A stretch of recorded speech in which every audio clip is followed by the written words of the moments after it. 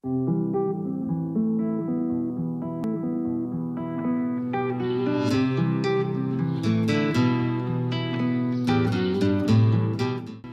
rendre fluide la circulation dans la région de Dakar, beaucoup d'efforts ont été consentis ces dernières années avec la construction des autoponts.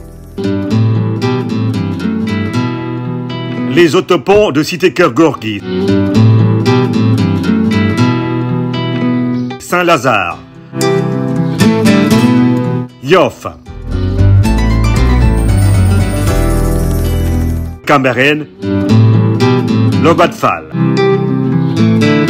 Keur Massar, de l'autopont de Front de Terre, piloté par le ministère des Infrastructures, des Transports terrestres et du Désenclavement, à travers l'Ageroute, il est porté à la connaissance des usagers de la route et des riverains de l'achèvement des travaux sur la phase 1 entre l'école Notre-Dame de Liban et le rond-point Bourguiba, Front de Terre, et du démarrage des travaux de la phase 2 entre le rond-point Bourguiba, Front de Terre et EMG.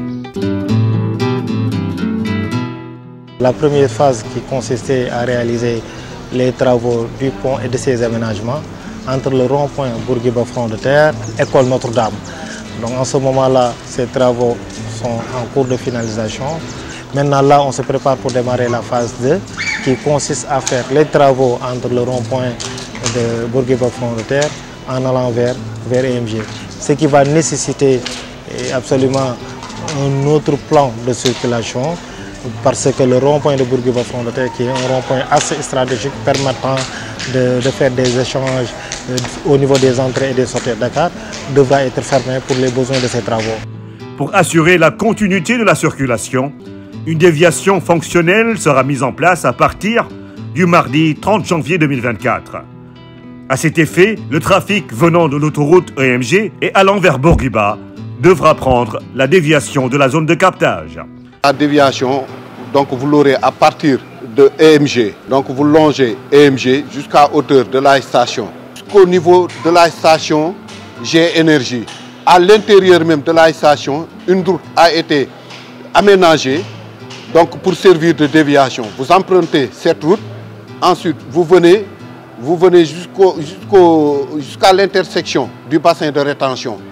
Maintenant, une fois à hauteur de l'intersection du bassin de rétention, vous ne pourrez plus quitter le bassin de rétention vers la station G-Énergie ou sortir de l'intérieur de la zone de captage vers la station G-Énergie.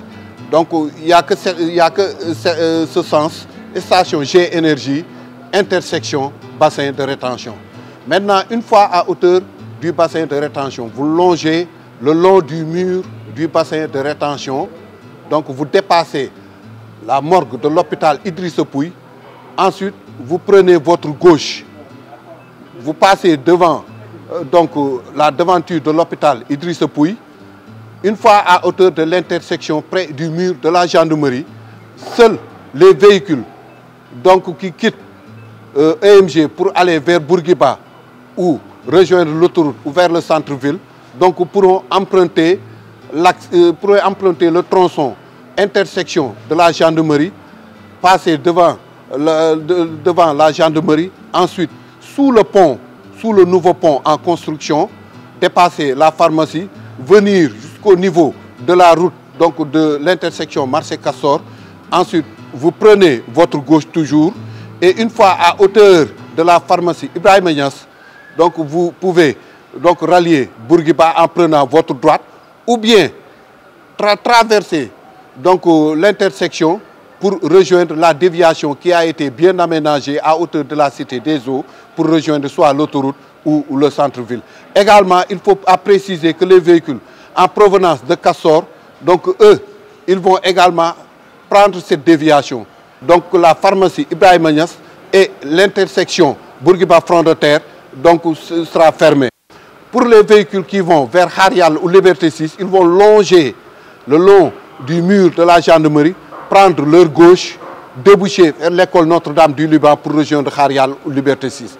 Également, à préciser, toujours à hauteur, les véhicules qui vont emprunter le tronçon intersection mur gendarmerie vers le nouveau pont.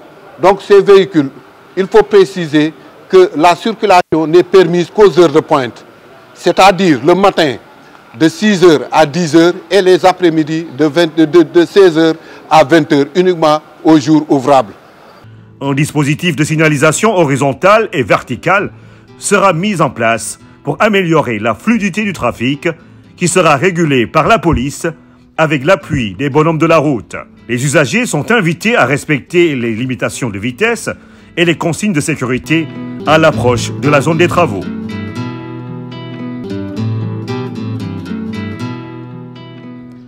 À ce titre, le stationnement de véhicules, de gros porteurs, de charrettes et de motos, ainsi que l'installation de places d'affaires sur l'emprise du projet sont formellement interdits pour des raisons de sécurité.